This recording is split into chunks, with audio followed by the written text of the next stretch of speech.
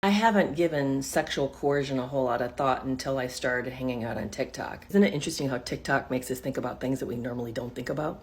I knew in my first marriage that my husband expected me to keep him happy. And if we'd went too long before being intimate, his mood was sour, he'd get surly with me, surly with the kids. I saw it as my even religious duty to make myself available, and it just helped keep everything smooth and pleasant. I didn't like the emotional distance that started to happen when we'd gone too long. It didn't matter that I wasn't always in the mood, or that maybe for me, I was in a stretch of a really difficult period of time with screaming or sick children, demands of work, or just feeling overloaded personally. I was still expected to show up. And this threat hung over my head that if I didn't, he would become remote, sour, and the closeness that we experienced in a day-to-day life would disappear. I never stopped to consider that this was emotional manipulation and that it made the sexual experience coercive. When he got cancer, his perspective of himself and life really changed.